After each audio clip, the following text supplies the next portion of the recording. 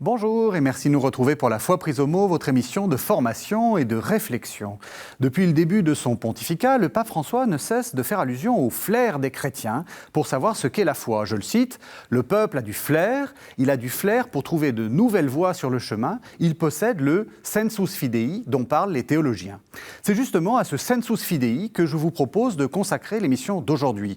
Alors il est nommé sensus fidei, sens de la foi, ou sensus fidelium, sens de ceux qui ont la foi. Ce vieux concept, enraciné dans la Bible, dit que collectivement, l'assemblée des fidèles, c'est ce qui fait partie de la foi et ce qui n'en fait pas partie. Alors, comment comprendre cette affirmation et comment la mettre en pratique? Voici les questions que je vais poser à mes deux invités. Joseph Fameret, bonsoir. Vous êtes prêtre, vous êtes théologien, vous êtes même le provincial des Déoniens. On va revenir là-dessus quand j'aurai présenté l'autre invité. Et vous êtes professeur à la faculté de théologie de l'Université catholique de Louvain. Et puis, Père Dominique Barnérias, bonsoir. Bonsoir. Vous êtes théologien, vous êtes curé de paroisse à Plaisir. C'est dans le diocèse de Versailles. Vous êtes également enseignant à l'Institut catholique de Paris et au séminaire de Paris. Alors, Joseph Fameret, je l'ai promis, c'est quoi un déonien ? C'est quoi un déonien dont vous êtes le provincial ? Voilà.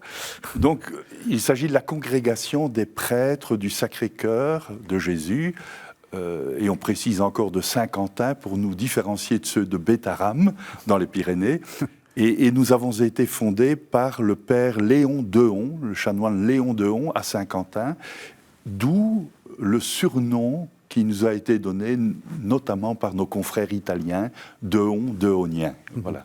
Et donc vous êtes le provincial. Et je suis le provincial. Pour le domaine francophone, c'est ça? Depuis le 1er septembre, je suis provincial pour l'Europe francophone, c'est-à-dire essentiellement la France, le Grand-Duché de Luxembourg et la Belgique francophone. Toutes mes félicitations.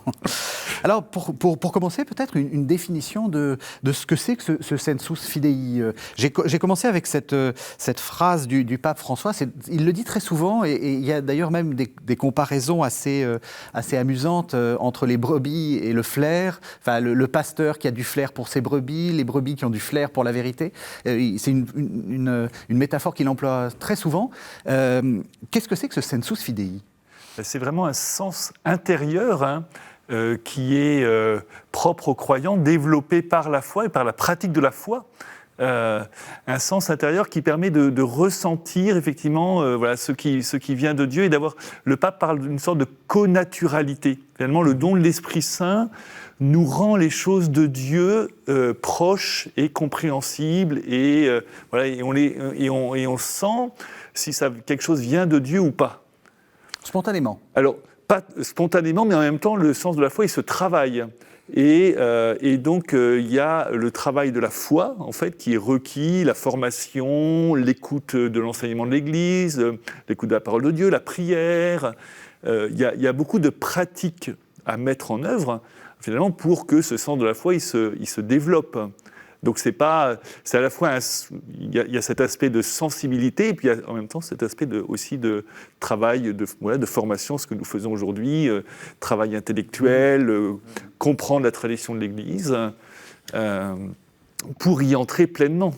Parce que la foi de l'Église, c'est quelque chose de très riche. Voilà, et donc c'est pas seulement, donc on va la différencier de l'opinion publique.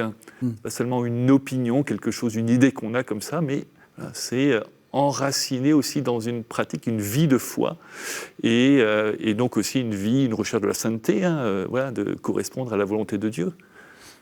Oui. Tout est dit pratiquement. oui, absolument. En peu de temps, tout va être. Je repartirais personnellement du Concile Vatican II et de la constitution dogmatique sur l'Église Lumen Gentium. Donc, le sensus fidei, le sens de la foi, c'est un don spirituel surnaturel, nous dit Lumen Gentium, reçu de l'Esprit Saint au baptême.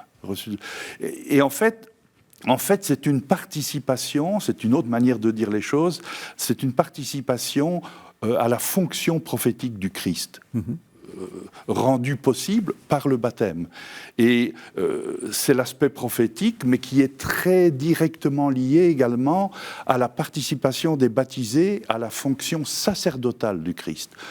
Cette fonction sacerdotale permet de faire de toute son existence une offrande spirituelle à Dieu. La participation à la fonction prophétique, elle, permet de détecter ce qui va dans le sens de la foi ou pas. Et donc ce sensus fidei reçu au baptême doit effectivement être travaillé, être formé. Il y a là une possibilité, une potentialité, mais qui doit être formée, travaillée, notamment par l'étude, mais aussi par l'apprentissage du débat en Église, me semble-t-il. Ça me paraît important. Donc, apprendre à communiquer entre baptisés dans une Église synodale, on y reviendra sans doute, et apprendre à se confronter aux opinions des autres pour justement faire émerger ce sens de la foi. Alors, il y a peut-être deux dimensions aussi articulées, c'est la dimension personnelle, oui, la dimension communautaire, en fait, parce que j'ai parlé tout à l'heure d'un sens plus personnel, mais effectivement, Joseph Emery aussi dit, voilà, cette communication entre tous qui fait qu'à un moment, on sent qu'il y a un accord entre les baptisés et que le sens de la foi, il est aussi dans cette communion. Il faut arriver à une vision commune, mais qui prend du temps aussi. Alors, sur ce plan, justement, en lien avec l'enseignement de Lumen Gentium, la notion de sensus fidei, c'est un peu une notion limite, en ce sens que on est sûr de sa manifestation, qu'elle est à l'œuvre, on en est sûr seulement lorsqu'il y a vraiment un consensus de tous les fidèles, une unanimité de tous les fidèles. Et donc, de ce point de vue-là, c'est un concept un peu limite, car quand y a-t-il parfaite unanimité de tous les fidèles ? On peut tendre vers cette unanimité, mais elle est rarement réalisée. C'est pour ça que je dirais, on y reviendra peut-être, que si le sensus fidei est le fait de la collectivité des fidèles, il n'est jamais exclu qu'une partie seulement des fidèles exprime le sensus fidei. Mais ça doit faire l'objet d'un discernement. On va revenir là-dessus, parce que ce qui est intéressant, c'est que vous avez fait une sorte de, comme on dit, de chapeau de l'émission, c'est-à-dire que ça permet aux téléspectateurs de bien comprendre le concept, et on va revenir sur tout ce que vous avez articulé. Peut-être, je vais vous proposer de revenir à l'idée de l'Esprit Saint. Je vous propose d'entendre un texte, c'est un des textes classiques qui parle de l'Esprit Saint, qui est donné à l'Église. C'est le chapitre 14 de l'Évangile de Jean, ce sont les versets 16 à 26. Vous verrez que j'ai fait une petite coupure dans ces versets pour pas que le texte soit trop long. Moi, je prierai le Père. Il vous donnera un autre paraclet qui restera avec vous pour toujours. C'est lui l'Esprit de vérité, celui que le monde est incapable d'accueillir parce qu'il ne le voit pas et qu'il ne le connaît pas. Vous le connaissez, car il demeure auprès de vous et il est en vous. Je ne vous laisserai pas orphelin, je viens à vous. Encore un peu et le monde ne me verra plus. Vous me verrez vivant et vous vivrez vous aussi. Si quelqu'un m'aime, il observera ma parole, et mon Père l'aimera. Nous viendrons à lui et nous établirons chez lui notre demeure. Celui qui ne m'aime pas n'observe pas mes paroles. Or, cette parole que vous entendez, elle n'est pas de moi, mais du Père qui m'a envoyé. Je vous ai dit ces choses tandis que je demeurais auprès de vous. Le Paraclet, l'Esprit Saint que le Père enverra en mon nom, vous enseignera toutes choses et vous fera ressouvenir de tout ce que je vous ai dit. Alors, Père Barnerias, évidemment, la clé, c'est ce verset 26, là où on nous dit que l'Esprit Saint est en fait l'enseignant, le maître d'école de l'Église. Il y a une sorte de continuation du message de Jésus à travers l'Esprit Saint. Oui, et saint Augustin parle effectivement du maître intérieur, en fait. Hein. Oui. Et donc, si seulement les paroles viennent de l'extérieur et qu'on ne les entend pas à l'intérieur de soi-même et qu'il n'y a pas cette résonance à l'intérieur, oui. Effectivement, le message n'entre pas dans la vie du croyant et la foi reste quelque chose d'extérieur. Et donc, vraiment, l'Esprit Saint, c'est celui qui est le maître du sens de la foi. Mais il y a besoin de la correspondance finalement entre des paroles entendues qui viennent du Christ, donc les paroles de Jésus qui sont reconnues, et puis et le maître intérieur. Ça c'est important ce que vous dites, c'est que déjà on voit une sorte de limitation de ce sensus fidei qui n'est pas, parce qu'évidemment l'une des choses la question que je vais vous poser bientôt, c'est la question d'une sorte de démocratie dans l'Église. C'est pas des opinions le sensus fidei, il faut qu'il soit en correspondance, en corrélation, en continuité avec les paroles de Jésus. Le sensus fidei ne contredira pas une parole de Jésus. Non, et elle permettra de la comprendre, de l'interpréter, de la vivre, de l'actualiser aussi. Hein. C'est ça. Et en fait, aussi dans le Nouveau Testament, on se rend compte que l'apôtre, ensuite, qui transmet les paroles de Jésus, eh bien, les paroles de l'apôtre sont reconnues aussi comme paroles par le sens de la foi. Et là, je pense au début de la première épître aux Thessaloniciens, hein, où Paul, en fait, dit quand vous avez reçu notre parole, vous ne l'avez pas seulement entendue comme une parole humaine, mais comme la parole de Dieu qui est à l'œuvre en vous, les croyants. Oui. Et ça, c'est-à-dire vraiment la parole de l'apôtre. Donc, et aujourd'hui, on peut dire des paroles qui nous enseignent. Eh bien, c'est pas seulement une parole humaine, c'est la parole de Dieu qui vient aujourd'hui nous parler et qui nous transforme aussi de l'intérieur. Donc, d'une certaine façon, est-ce que c'est quelque chose, par exemple, qu'on pourrait, pour être assez concret, quand vous faites une prédication, est-ce qu'il faut qu'il y ait l'assentiment de la communauté ? Est-ce que ça, je veux dire, vous pouvez dire des paroles un peu dures et ça fait pas plaisir aux gens, donc ça, bien entendu. Mais est-ce que le fait qu'il y ait une sorte d'assentiment de la communauté, c'est plutôt une sorte de validation de ce que vous dites ? Eh bien, en tout cas, il faut qu'il y ait une résonance. Oui. Ça peut résonner dans la vie et on le sent en fait aussi dans l'homélie quand on parle, où les gens sont ailleurs, où ils sont présents, ils entendent et ça résonne dans leur vie. Ça veut dire qu'ils sont d'accord avec tout, mais ils entendent et c'est quelque chose qui leur correspond. Effectivement, il faut qu'il y ait un moment une correspondance entre la parole dite et ce que la personne entend et ce qu'elle va pouvoir vivre de cette parole. Je pourrais peut-être rebondir un peu sur ce qu'il vient de dire. C'est vrai plus largement, évidemment, que pour la prédication, que pour l'homélie. C'est vrai pour tout enseignement de foi dans l'Église, et notamment l'enseignement des pasteurs. La réception de cet enseignement par les fidèles qui y trouvent une consonance avec leur foi me semble capitale. C'est le fameux « amen » des fidèles dans la liturgie qui est capital. S'il n'y a pas cet amen, il y a une absence de communion dans l'Église. Et un enseignement de foi qui n'est pas reçu par cet amen, oui, je suis d'accord, j'y retrouve ma foi.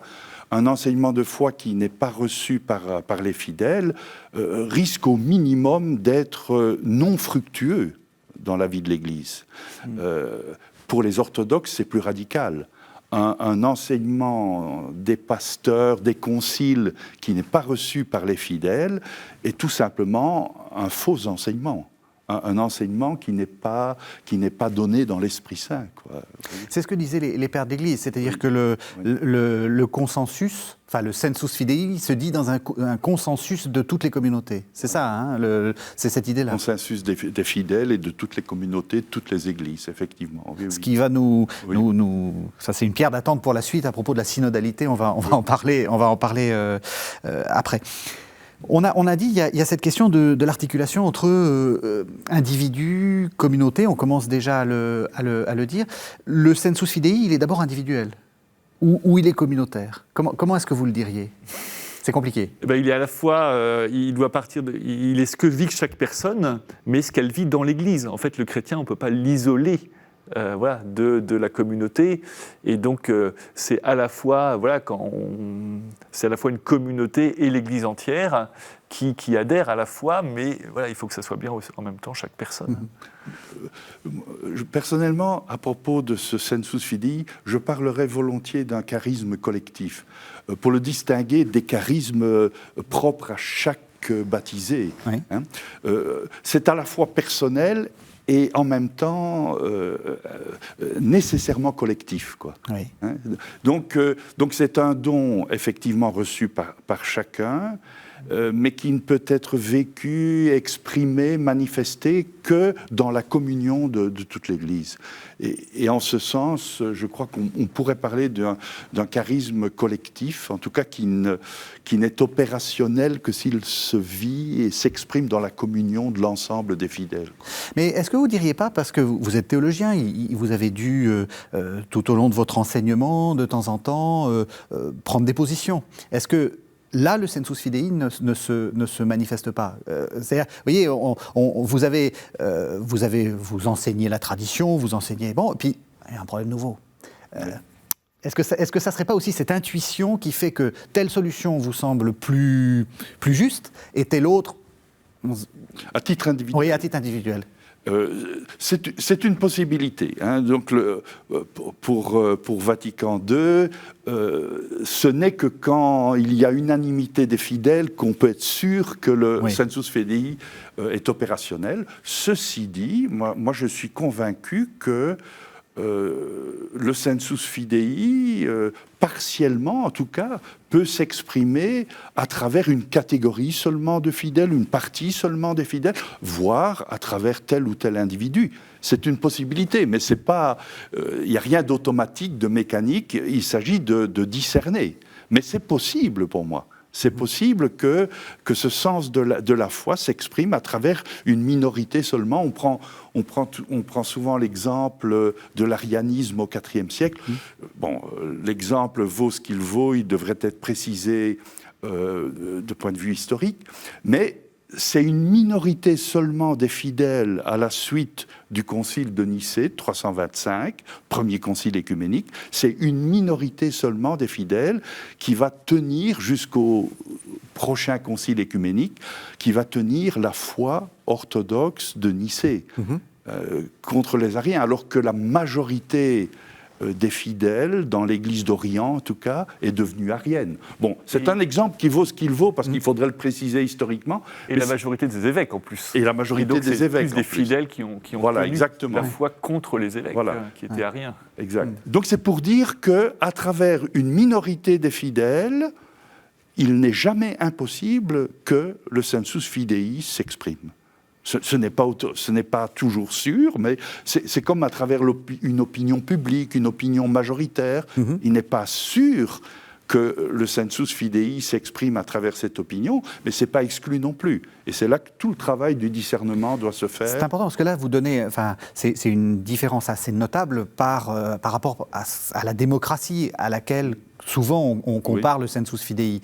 La voie démocratique, c'est la voie majoritaire. À partir du moment où il y a une majorité, c'est la vérité démocratique, de cette façon. Vous dites, je pense c'est pas toujours comme ça. Je pense qu'en Église, on ne peut pas se contenter simplement d'un jeu de majorité-minorité. Il me semble qu'en Église, on recherche la communion de tous. Oui. On recherche idéalement, bien sûr, l'unanimité dans l'Esprit Saint. Je crois que c'est ça qui est recherché en Église. Ceci dit, cela n'exclut pas que l'on utilise des procédures démocratiques pour faire émerger des opinions ou les avis des fidèles. Donc ce n'est pas exclu d'utiliser, et je crois même qu'il faut recourir à des votes, à des procédures démocratiques. Ceci dit, la démocratie parlementaire n'est pas l'idéal suprême de l'Église. L'Église voit plus loin. C'est vraiment l'unanimité idéalement dans la foi et dans l'Esprit Saint, quoi. Mais aussi, moi, j'insisterai sur le fait qu'il y a aussi des minorités créatives, comme disait le pape Benoît XVI, qui peuvent être porteuses, finalement, de ce sensus fidei à certains moments. Et pour donner un exemple, je pense à des associations qui s'engagent dans l'aide aux migrants et qui voient d'une autre qui comprennent l'accueil et la question de l'hospitalité aujourd'hui dans la société, et qui vivent cet enseignement du pape qui est donné, qui n'est pas reçu par tout le monde, mais qui est reçu et compris justement par ceux qui s'y engagent, ou dans d'autres types d'associations. Donc il y a aussi un aspect de chrétiens aussi qui se mouillent dans tel ou tel domaine de la foi, qui touche à la foi, et où là, on peut dire aussi, c'est le sens de la foi qui les pousse à agir de cette manière-là. Et donc, une image en fait qu'on pourrait utiliser, c'est celle du pape qui parle du polyèdre. Donc l'Église n'est pas une sphère, mais il y a une multitude de points de vue, de cultures, de compréhensions qui s'enrichissent mutuellement, et le sens de la foi parle, et va s'exprimer de différentes manières en fait dans la vie des croyants. À travers justement certains qui ont plus aussi de conviction pour mener certains... Et d'expérience, parce que c'est aussi une des critiques faciles envers la démocratie. C'est-à-dire qu'on vous demande quelquefois de voter, surtout dans certains référendums, pour des questions dont vous n'avez aucune expérience, dont vous ne savez pas, vous voulez sortir de l'Europe, vous ne voulez pas sortir de l'Europe. Les gens ont toujours une opinion, ça c'est clair, mais pas d'expérience. Et donc là, vous dites, on peut valoriser des expériences presque uniques, enfin, pourvu qu'elles correspondent à ce sensus fidei. En les discernant. Comme pour toute opinion, toute expérience, en voyant leur consonance avec l'écriture, avec la tradition, mais aussi avec la raison humaine commune, parce que cela entre aussi, je pense, dans la formation du sensus fidei. Et puis alors, dans l'expérience spirituelle. Je crois que c'est un autre critère très important pour distinguer le sensus fidei d'une simple opinion, quoi. Alors on avait promis Vatican II, on va avoir Vatican II. Je vous propose qu'on écoute le paragraphe 12 de la Constitution dogmatique Lumen Gentium, donc qui date de 1964. C'est le paragraphe qui justement parle de ce sensus fidei, donc Lumen Gentium, paragraphe 12. Le peuple saint de Dieu participe aussi de la fonction prophétique du Christ. Il répand son vivant témoignage avant tout par une vie de foi et de charité. Il offre à Dieu un sacrifice de louange, le fruit de lèvres qui célèbrent son nom. La collectivité des fidèles, ayant l'onction qui vient du Saint, ne peut se tromper dans la foi. Ce don particulier qu'elle possède, elle le manifeste moyennant le sens surnaturel de foi qui est celui du peuple tout entier. Lorsque, des évêques jusqu'au dernier des fidèles laïcs, elle apporte aux vérités concernant la foi et les mœurs un consentement universel. Grâce, en effet, à ce sens de la foi qui est éveillé et soutenu par l'esprit de vérité, et sous la conduite du magistère sacré, pourvu qu'il lui obéisse fidèlement, le peuple de Dieu reçoit non plus une parole humaine, mais véritablement la parole de Dieu. Il s'attache indéfectiblement à la foi transmise aux saints une fois pour toutes. Il y pénètre plus profondément par un jugement droit et la met plus parfaitement en œuvre dans sa vie. Alors, Père Fameret, vous avez passé une partie de votre vie universitaire à commenter les textes de Vatican II. Allez-y. Je reprendrai peut-être une phrase ou l'autre qui me paraissent assez caractéristiques de ce qu'est le sensus fidei, le sens de la foi selon Vatican II. Donc tout d'abord, la première phrase, le peuple saint de Dieu participe aussi de la fonction prophétique du Christ. Ça situe bien, je dirais, dans quel domaine se trouve le sens de la foi. C'est en lien avec le prophétisme du Christ auquel participent tous les baptisés.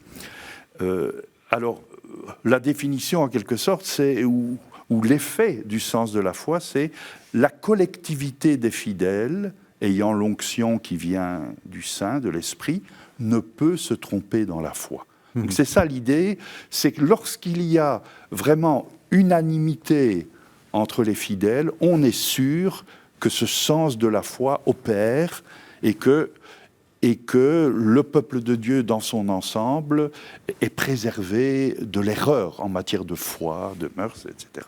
Donc alors en même temps, ce qui est un peu compliqué dans cette compréhension du sens de la foi, c'est que c'est le fait d'un peuple de Dieu, mais d'un peuple de Dieu déjà organisé, où le magistère joue déjà son rôle. Et donc c'est la collectivité des fidèles, mais en même temps toujours, je dirais, sous la vigilance des pasteurs. Et c'est ce peuple de Dieu organisé, donc qui est porteur du sens de la foi et qui l'exprime lorsqu'il y a unanimité entre tous les membres de ce peuple. Et alors, quels sont justement les effets de ce sens de la foi ?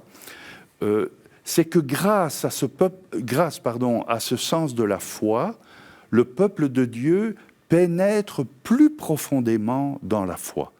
Donc, en l'interprétant comme il faut. Donc, ce sens de la foi baptismale, en communion avec le reste du peuple de Dieu, permet de pénétrer plus profondément le sens même de la foi. L'Esprit vous guidera vers la vérité tout entière. Hein. Et c'est là que ça joue, je dirais, à plein. Mais ce n'est pas seulement une interprétation intellectuelle de la foi. Hein. C'est une interprétation spirituelle de la foi et qui permet de la vivre également. Donc ce n'est pas seulement une compréhension meilleure, mais c'est une compréhension et une vie plus profonde, plus concrète de cette foi.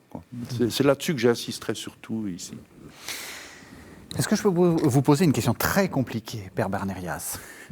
Je vais vous prendre un exemple très polémique. Alors, vous me direz après comment réagir, mais 1967, 68, Humanum Vitae, le pape fait cet acte magistériel, les gens s'en vont. Est-ce que ce n'est pas une manifestation d'une sorte de sensus fidelium qui disent là, on n'est pas d'accord avec cette direction-là, on est... voilà.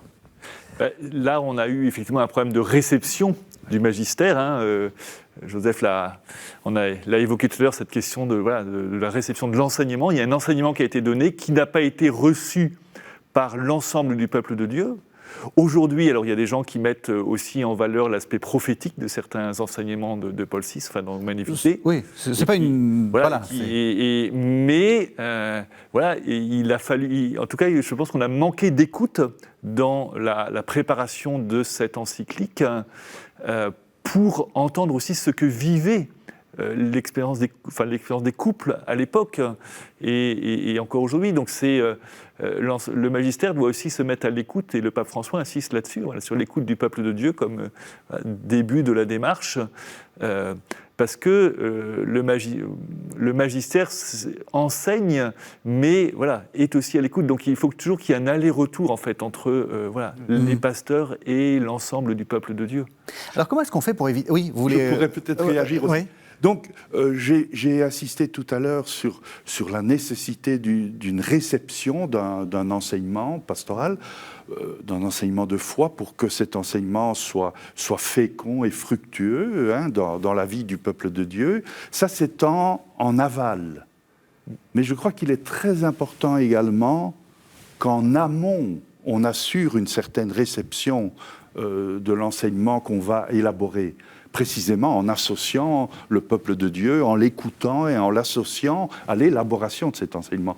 Et donc je crois qu'il y a en quelque sorte une réception en aval et une réception en amont. Et si on veut que la réception en amont soit réelle, il est très important qu'il y ait une réception en aval, une écoute, comme tu le disais, une écoute du sens de la foi du peuple de Dieu, ou plus globalement de son expérience, de sa vie. Effectivement, oui. Comment est-ce qu'on fait alors concrètement ? Parce que quand on veut prendre deux exemples récents, récents, non, pas très justement, les deux actes où l'infaillibilité pontificale a été engagée, c'est l'Assomption. Non, il y en a qu'un, c'est l'Assomption, pardon, parce que je pensais aussi à l'Immaculée Conception.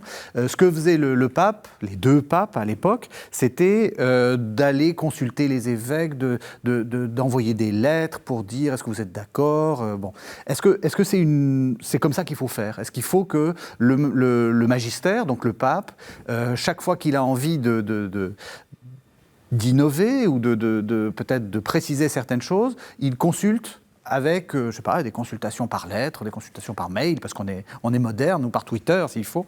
Alors, les procédures ont changé. Oui, j'imagine. Mais de fait, pour l'Assomption, le pape a dit à l'ensemble des évêques, mais qu'est-ce que vous en pensez? Et est-ce que c'est vraiment la foi du peuple de Dieu qui est chez vous? Voilà, et donc, il y a eu cette remontée, cette écoute, qui était quand même très intéressante. Oui. Mais alors, un exemple plus récent, c'est le synode sur la famille, par exemple, où le pape a voulu qu'il y ait dans chaque diocèse aussi une consultation, et ensuite tout est remonté à Rome, pays par pays.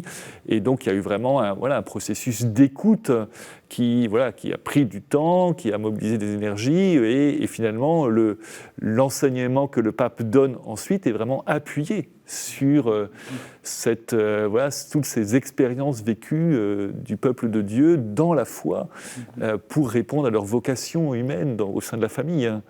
Donc ça veut dire qu'il faut procéder par sondage? Pas par sondage, par processus de discernement et d'écoute et de délibération aussi.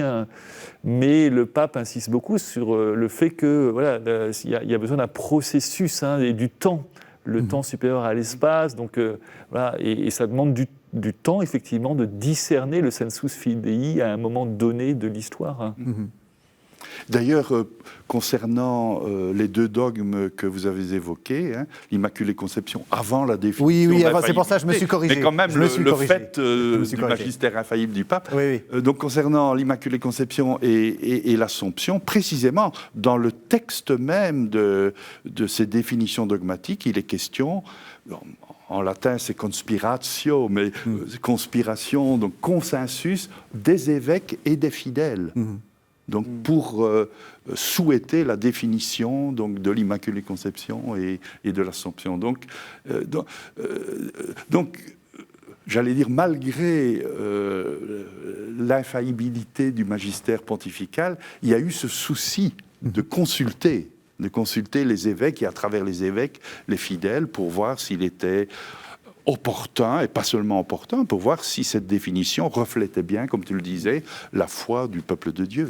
Vous avez dit malgré, c'est intéressant, parce que ça pourrait être justement grâce à. C'est-à-dire que, est-ce que l'infaillibilité du magistère pontifical ne devrait pas être la ratification du sensus fidelium qui serait j'ai dit non, vous avez dit malgré. J'ai dit malgré volontairement en lien avec la définition de l'infaillibilité pontificale où l'on dit non ex consensu ecclésiae. Non, donc la définition est infaillible, celle faite par le magistère papal, non pas en fonction du consensus ecclésial, mais le texte ne dit pas sans. C'est ça. On dit que ce n'est pas grâce au consensus que la définition papale est valide, mais on n'exclut pas quand même qu'il y ait un consensus, c'est même hautement souhaitable, quoi. Et la pratique du Pontife romain a toujours été de chercher ce consensus. De chercher ce consensus, avant, après, etc. Mais... vous ne posiez pas une question qui m'échappe Non, c'était sur le malgré. Alors, oui, le malgré, voilà. Et effectivement, le magistère pontifical, l'infaillibilité du magistère pontifical est en fait l'expression ministérielle de l'infaillibilité de toute l'Église. C'est pas deux infaillibilités différentes. Oui. C'est la même infaillibilité, mais il y a l'infaillibilité du peuple de Dieu tout entier, le sensus fidei, et dans certains cas exceptionnels, cette infaillibilité de tout le peuple de Dieu peut être exprimée ministériellement par le magistère papal. Oui. Le synode, est-ce que ça ne serait pas une forme... Je sais que vous allez faire paraître dans quelques mois un livre sur la synodalité. Est-ce que le synode, ce n'est pas une manière de recueillir d'une certaine façon ce sensus fidelium, parce qu'on pense, j'allais dire, au point de vue, ecclésial, universel, mais on pourrait aussi penser au point de vue local. Il peut y avoir aussi des sensus fidelium locaux. Bien sûr, parce que la mission, elle est toujours incarnée. Oui. Voilà, et la vie de l'Église, elle s'incarne dans un lieu, et donc un diocèse, une Église locale, eh bien, est appelé à entrer en synode lorsque l'évêque le décide.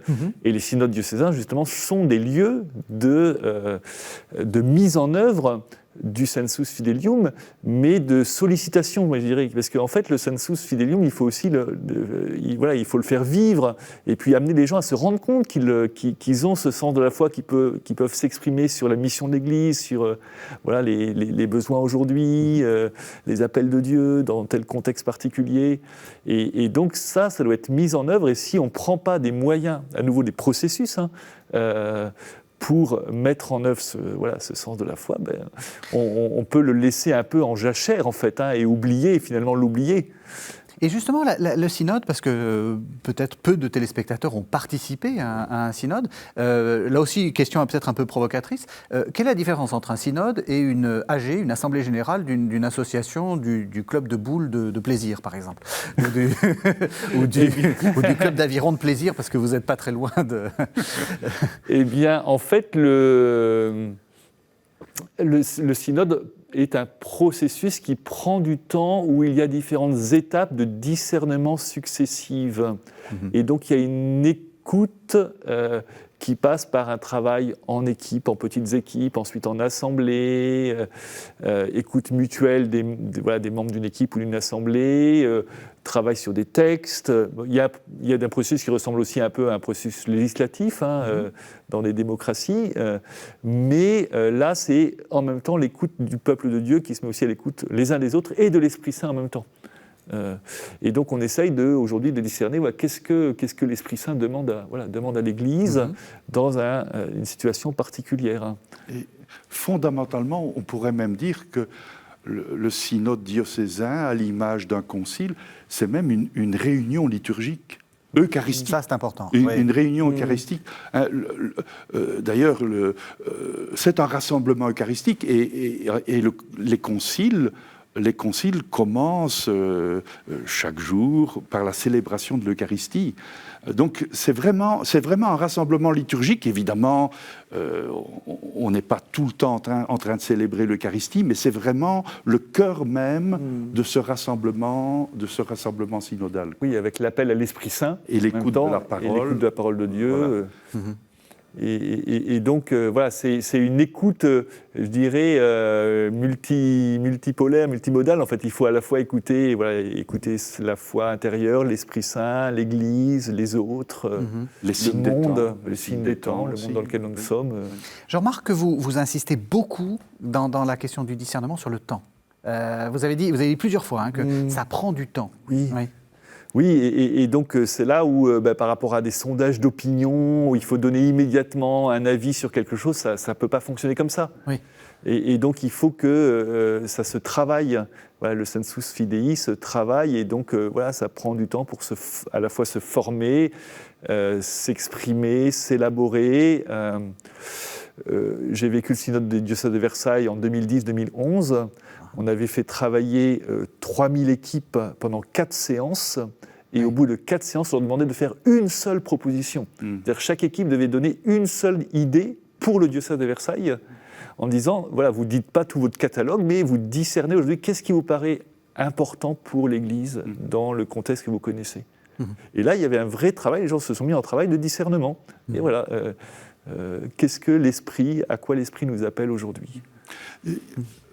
Dominique insiste sur le temps, à juste titre. Et quand je pense au synode, moi je pense volontiers aussi à la palabre africaine, où on prend, ce n'est qu'une comparaison, mais on prend vraiment tout le temps, même si ça prend des heures, des jours, on prend tout le temps pour arriver à un consensus en communauté, quoi.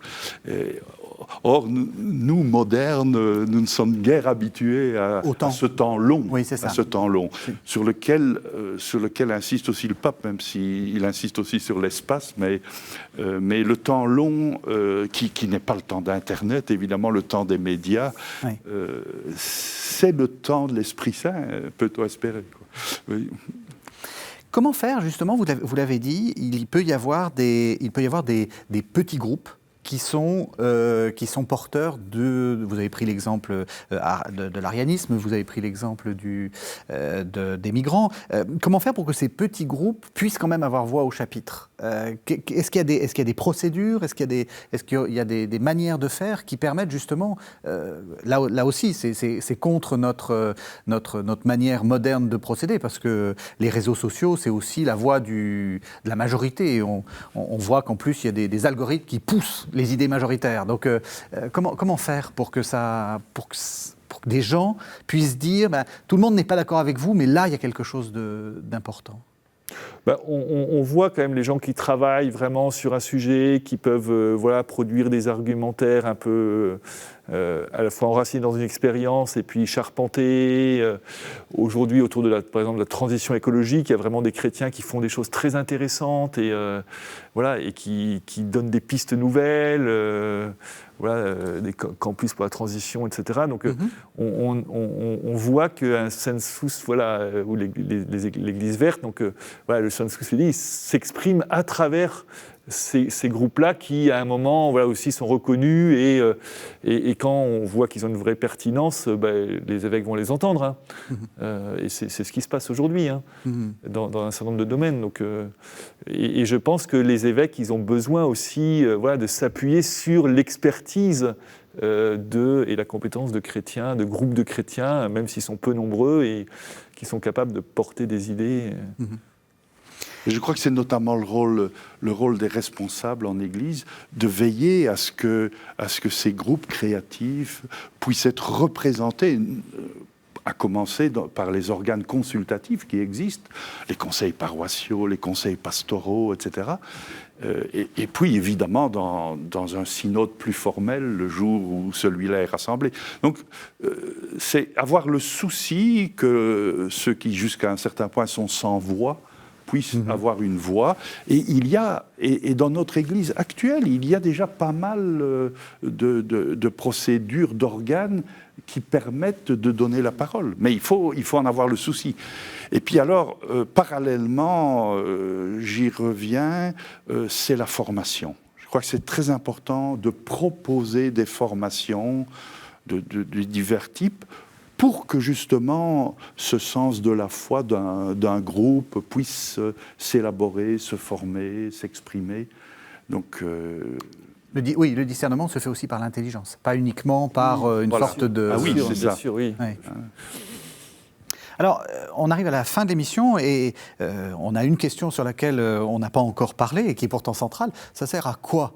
Alors, pour introduire cette question, je montre le livre que vous avez écrit avec votre comparse Gilles Routier, Joseph Fameret, « Penser la réforme de l'Église ». Alors, on se connaît depuis assez longtemps, je ne vous ai jamais considéré comme un dangereux révolutionnaire. Qu'est-ce qui vous prend de parler de réforme ? Qu'est-ce qui vous arrive ? L'Église est en exigence de réforme depuis qu'elle existe. Et cela pour être plus fidèle à l'Évangile qui l'a fait naître, pour être plus à la hauteur de l'Évangile qui lui a donné naissance, et plus à la hauteur du souffle de l'Esprit. Donc la réforme, ce n'est pas quelque chose de nouveau, c'est quelque chose c'est une exigence permanente tout au long de la tradition ecclésiale. Et donc, c'est dans cette perspective, bien sûr, le pape aujourd'hui a insisté beaucoup sur l'idée de réforme de l'Église, mais en fait, ce n'est pas nouveau, quoi. Ce n'est pas nouveau. Alors, peut-être que la particularité de ce petit ouvrage, c'est que nous avons voulu voir quels seraient un peu les critères d'une réforme authentiquement chrétienne, authentiquement ecclésiale. Et il nous a semblé finalement que c'est l'évangélisation, l'annonce de l'Évangile. pourquoi réformer l'Église? Pourquoi l'Église doit-elle continuellement se réformer? De manière à mieux annoncer l'Évangile aux différentes époques, aujourd'hui en ce qui nous concerne, et de manière à annoncer l'Évangile d'une manière plus pertinente dans les cultures d'aujourd'hui, d'une manière plus crédible dans les cultures d'aujourd'hui. Et donc, nous avons beaucoup insisté là-dessus. La finalisation, la finalité de la réforme, c'est finalement une annonce de l'Évangile plus crédible et plus adaptée à notre temps. Voilà. Est-ce que vous êtes d'accord? Parce que c'est vrai que souvent quand on pense réforme dans l'Église, et donc utilisation de ce fameux sensus fidelium, qui est une sorte de le moyen pour que ça s'adapte à la situation, est-ce que vous êtes d'accord? Parce que souvent on pense en termes de troupes, on en a je ne sais pas combien de communions, vous voyez, on parle, c'est comme ça qu'on parle, et c'est normal, il faut aussi, c'est un indicateur fiable. Mais cette idée de la dynamique de l'Évangile. En fait, l'Église est toujours en mouvement. Voilà, on a eu l'impression quelquefois que c'était une institution figée, et des gens ont peut-être cette impression, mais quand on regarde la vie de l'Église depuis 2000 ans, on se rend compte que sans cesse, il y a des nouveautés qui apparaissent, des nouveaux mouvements, communautés, intuitions, voilà, dans l'histoire de l'Église. Et aujourd'hui encore, voilà, il y a eu énormément de créativité depuis le Concile Vatican II, et il en faut encore. Donc la réforme, on peut dire, c'est aussi la créativité de l'Évangile, et de l'Évangile qui résonne dans la vie, voilà, des chrétiens d'aujourd'hui, pour répondre aux besoins nouveaux aussi, parce que notre monde est en mutation profonde, et donc voilà, il faut aussi proposer des formes nouvelles. Donc réforme, c'est aussi créer des nouvelles formes pour la mission, effectivement. C'est pas pour l'Église seulement, c'est bien pour se tourner vers l'extérieur. Donc lorsque le pape parle d'église en sortie, il nous dit ça, hein, vraiment. Parce que c'est toute la question, c'est est-ce qu'on fait usage de ce sensus fidelium pour ceux qui sont à l'intérieur ou pour ceux qui sont à l'extérieur? C'est pour à un moment se tourner vers l'extérieur, hein. Oui, bien sûr. Donc on n'est pas... Voilà, l'Église, elle vit pour être envoyée, elle est envoyée par le Christ, donc...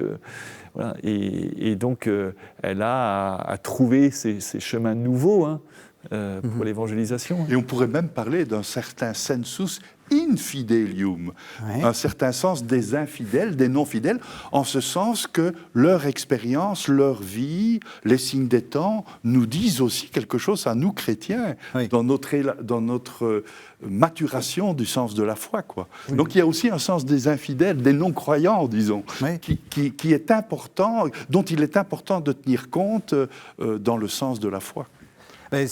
Ça paraît très révolutionnaire ce que vous dites, mais en fait, non, mais je vais vous recatholiciser d'un coup. C'est ce que disent les pères quand ils disent que les hérétiques sont importants. C'est ce qui nous permet aussi de préciser la doctrine, de préciser même si les infidèles ne sont pas nécessairement des hérétiques. Non, c'est pas nécessairement des hérétiques. Alors, dans votre livre, vous parlez de sentire cum ecclesia. Est-ce que c'est ça le sensus fidelium? Est-ce que c'est le fait de sentir avec l'Église? Oui, je pense qu'on est dans une réalité connexe, quoi. Hein. Le sensus fidelium, c'est justement l'expression de ce sens de la foi, de ce sens chrétien, qui est le sens de l'Église entière. C'est le sens du peuple de Dieu tout entier. Donc pour moi, on est vraiment dans des réalités tout à fait connexes, même si l'expression est un peu différente, parce qu'on pourrait parler du sens de l'Église, mais ici c'est sentir avec l'Église.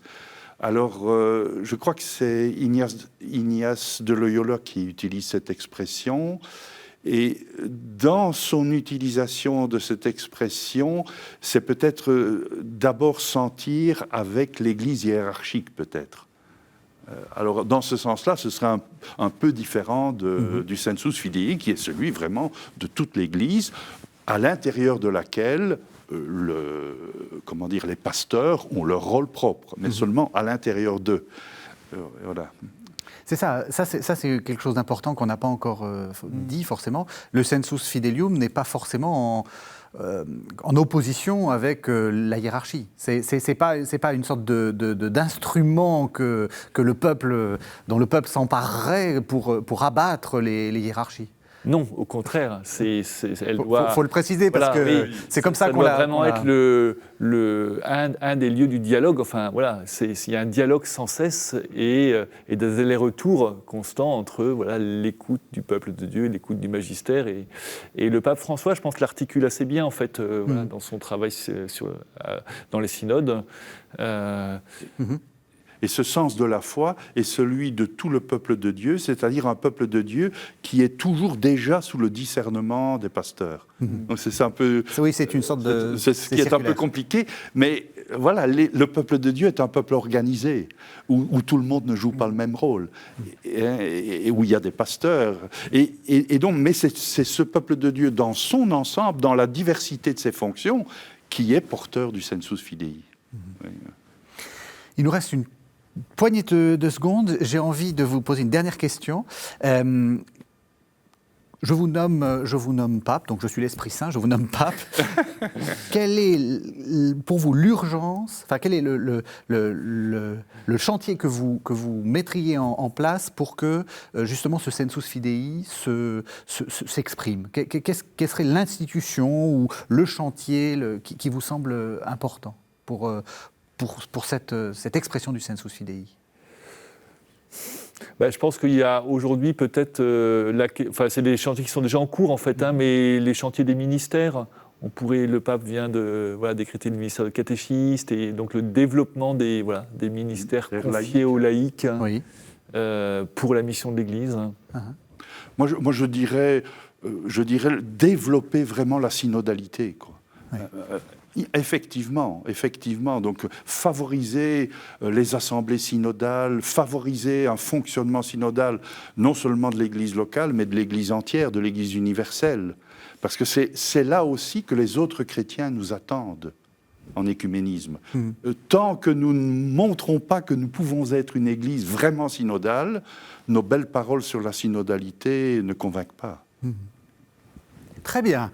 Alors, je rappelle le titre de votre livre, Joseph Fameret, en compagnie de Gilles Routier, et donc « Penser la réforme de l'Église », c'est paru aux éditions du Cerf dans la collection Unam Sanctam. Et puis, vous me l'avez dit, donc Père Barnérias, un livre de la synodalité va paraître, enfin sur la synodalité va paraître. Petit manuel de synodalité en septembre. À quelles éditions? Aux éditions Salvator. Eh bien voilà, on attendra ça avec impatience. Merci à tous les deux, merci de nous avoir suivis. Vous savez que vous pouvez retrouver cette émission sur le site internet de la chaîne www.ktotv.com et on se retrouve la semaine prochaine.